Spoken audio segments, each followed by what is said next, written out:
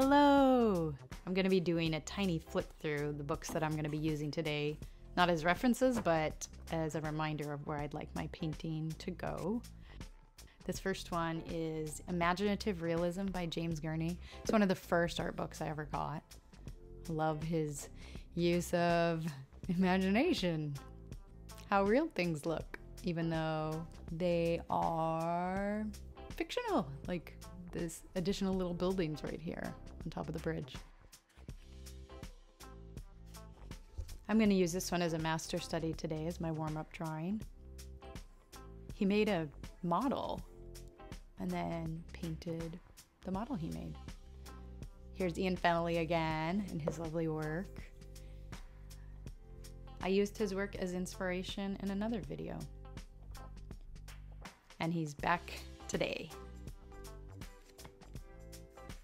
The Art of Soul is one of the newest additions to my library. I really love the way they portray the buildings of New York in this movie.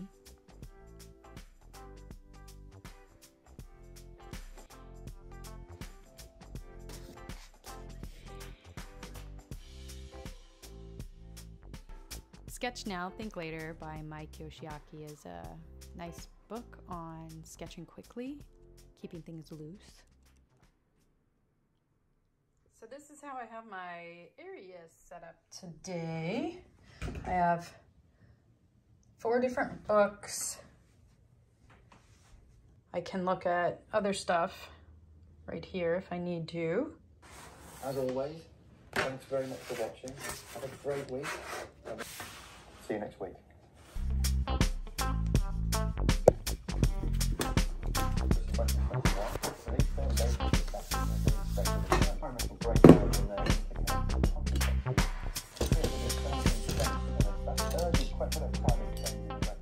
I try to always do a warm-up sketch before I start a bigger project of any sort. It's usually a cup, my teacup in this case, Benefuki tea, and then also today, because I'm doing buildings, I wanted to make sure that I sketched a building, and this is what I would consider like a true sketch. It's done pretty quickly, pretty loosely. I find it a lot easier when I'm looking at how somebody else moved their paint over the paper, their pencil over the paper, when I'm copying somebody else's decisions. More investment, higher margins, and higher revenues, the old technology higher costs, and a reverse economy scale leading to lower revenues, lower margins, and reduced investment.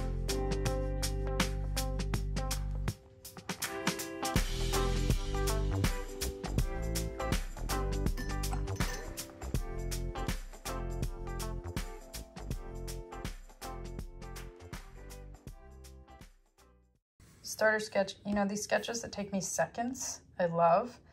But once I start painting for longer, I can't keep that sketch-like quality. So I'm gonna try again today. We'll see what happens.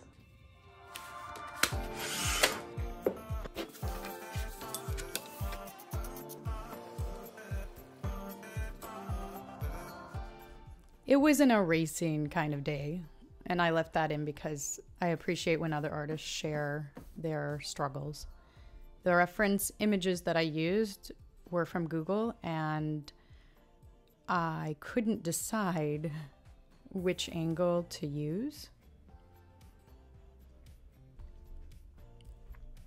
So I kept erasing that top, I don't even know what to call it, roof part. If it was a true sketch, I would have just made a line and left it as it was. But I wanted this to have a certain organization to it. So I kept working at it till I got it the way I wanted it.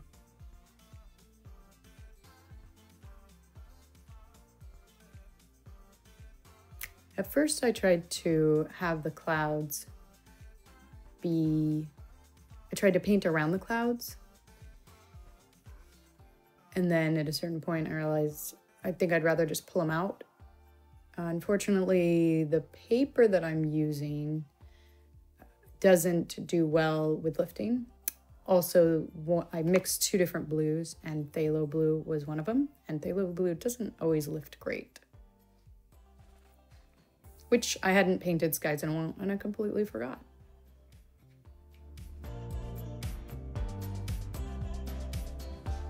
The geothermal energy exhibit in Iceland is not just a museum, but it's a working power plant for geothermal energy. All around the world. High-temperature fields, therefore, represent an unlimited, self-sustaining resource for a clean, living Earth. I like rocks, so I was quite excited to find these specimens in the museum. From what I gathered, most of them are byproducts of the geothermal process, or they are the rocks that would be found in an area where it's easier to have a geothermal plant. This was by far my favorite part of the painting process. I really enjoyed the way the watercolor was moving, how I was able to place it on the paper to get different colors. The paper was cooperating, and this has me inspired to pick up some of the rocks I have lying around my studio and paint them because I really enjoyed it. I don't know if you can notice here, but this is where I came into the most difficulties with the specific kind of paper that I was using. I've used this paper before. I made an entire sketchbook out of it.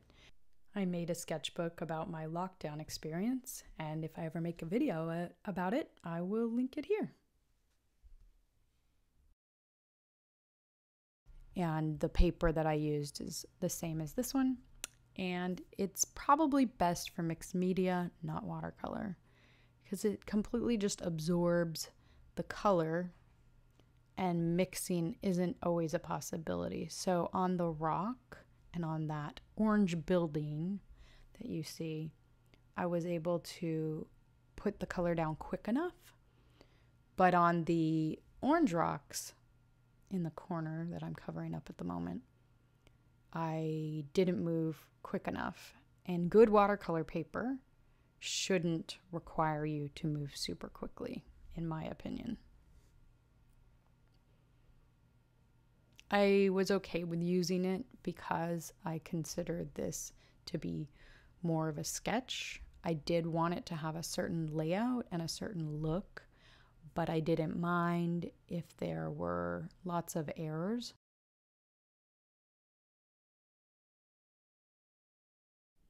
The goal of this piece was more to explore what I had learned and communicate about what I had learned than to make a pretty picture.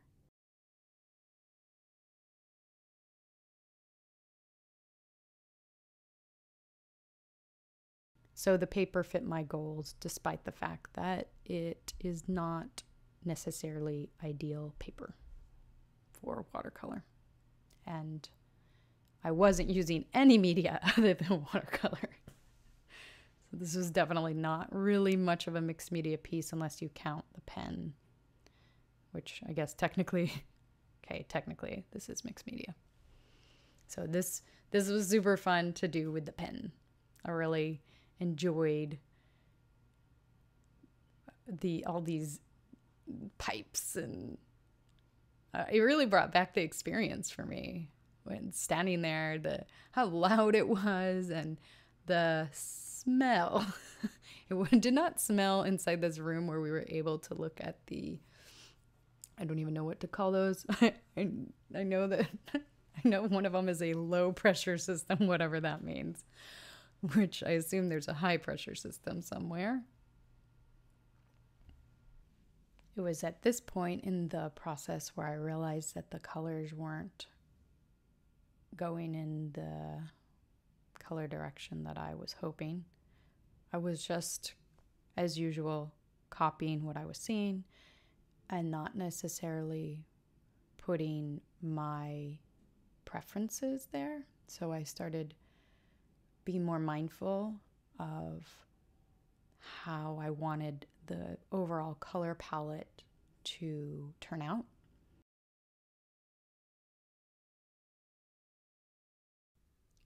I'm happy with the colors in the top left sketch, the warmer tone, except for the blue at the bottom, which later I tilt into more of turquoise. And I also go through a large amount of any of the blue areas and add turquoise to shift the color palette into a more, like a warmer color palette.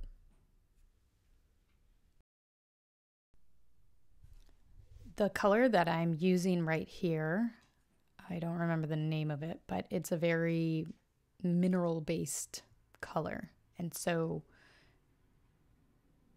it creates, I don't think it's granulating here. This paper wouldn't let it probably granulate anyways, but it gives, I don't know, I think it makes it look like a rock because I'm basically painting with rocks.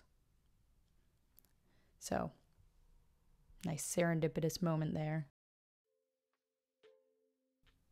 I've learned so much from the research I've been doing for the last few videos about geothermal power.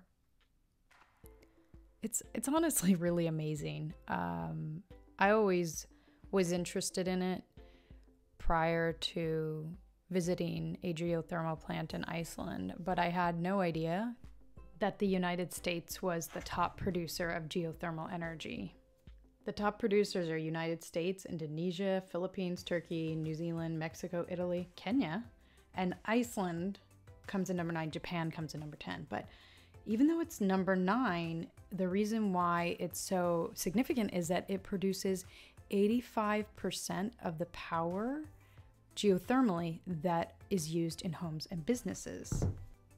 There are 6 major geothermal plants in Iceland, and the one I visited is about 30 minutes outside of Reykjavik and powers Reykjavik.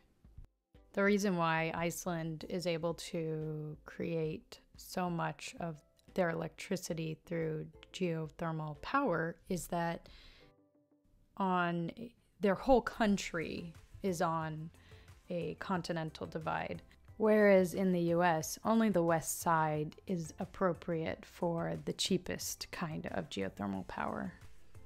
Because of Iceland's proximity on the fault lines, it's able to use the easiest form of geothermal power. They can dig down not very deep and get super hot water, whereas if you went to an area where the crust was thicker, you would have to drill down much further to get anything even close to as hot as what you can find just under the soil in Iceland. You can literally boil eggs and make bread in some of the ground in Iceland. There are ways of creating geothermal power plants over less ideal terrain, but they are much more expensive and investors aren't interested in these technologies when they compare the cost to solar and wind, which are more proven and cheaper. Here's a close-up of my progress and my eraser sheddings.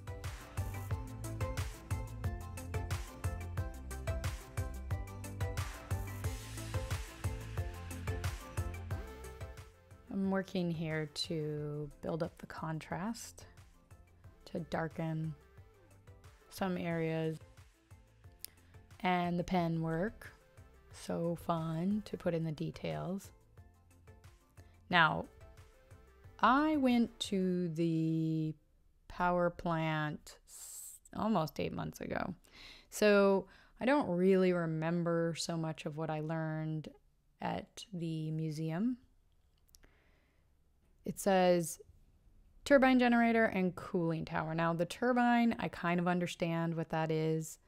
It's basically the steam moves some turbines, so like something like a fan. It moves it, it spins it, and that in turn generates electricity. I don't remember anything about a cooling tower, and in all the videos I've watched about geothermal power, I haven't I can't remember a reference to a cooling tower. I do know that most of the power plants take excess water after they've used it, and they pump it back into the ground. I know that the particular geothermal power plant that I visited, they take the excess carbon emissions and they pump it back into the ground.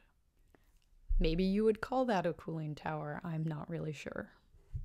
I used a generic Google search to find diagram models for my sketch, and I really wish that I had searched the On Power site longer and checked to see if they had a diagram.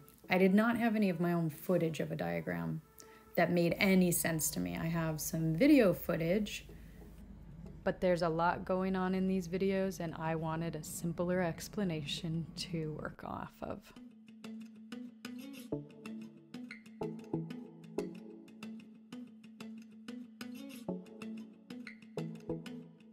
I decided to darken up the sky here so that the clouds would be more obvious.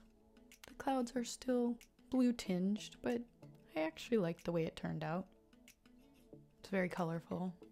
That's fine. Not necessarily warm, though if we're talking about primaries, people say that blue can be a warm color. Oh, in fact, I know blue can be a warm color because cyan is a little bit greenish, and that is the true, what I would consider a blue. Blue is actually cyan with a little bit of red in it. So I guess I've got a warm sky here, after all. Thinking about color is such a mind, let's keep this PG in case any children are watching, but you all know what I mean. It's like a mind-blowing. We'll call it mind-blowing. Color theory is just something else, which I love. And I've been studying for years and years. Back when I used to sew and dye clothing, I practiced a lot of color theory and enjoyed it immensely. I really wonder, though, if there are any black and white answers for color theory, or if that's all it is, theory. Just theories. So here I'm adding turquoise to my sky and everywhere else, warming things up.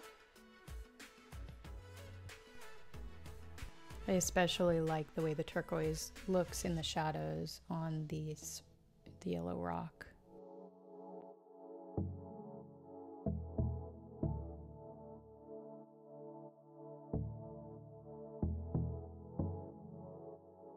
I wish I had more facts that I could share with you about the actual plant that I visited in Iceland, but unfortunately I don't remember so much of it because it was quite a long time ago. I'm still doing more research though, and I've got another video that I'm working on where I'm going to be sharing more of the raw footage of the trip to the museum section, and if you're interested you can check out their website, which is great, and then the Iceland government website is also really amazing. I got a lot of my information there well after my trip was done, and I'll put links down in the description.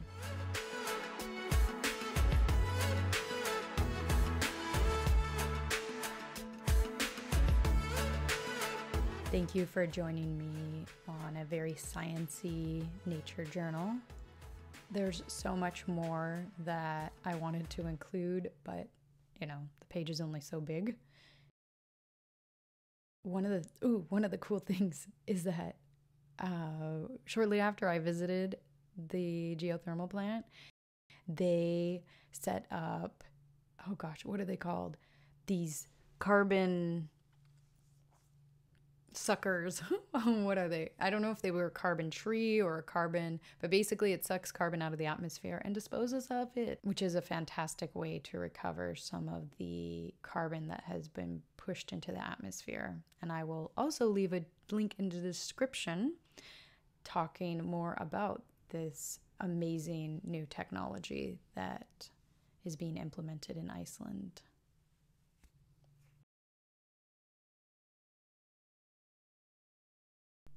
Doing the research for this video gave me a lot of hope for the future of our planet, and I hope that it was able to give you some hope too.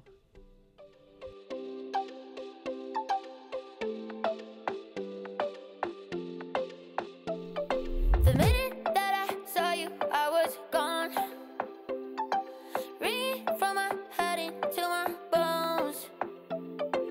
Baby, got me feeling like a toast. Damn, it's sunny, should've brought less clothes. I gotta have you one last time, take it off my mind. One last night for a last goodbye. I gotta have you one last time, one last night, one last night for a last goodbye. Man, I feel so damn weak when you touch me, you got me, only I can Somebody turn up the damn thermostat.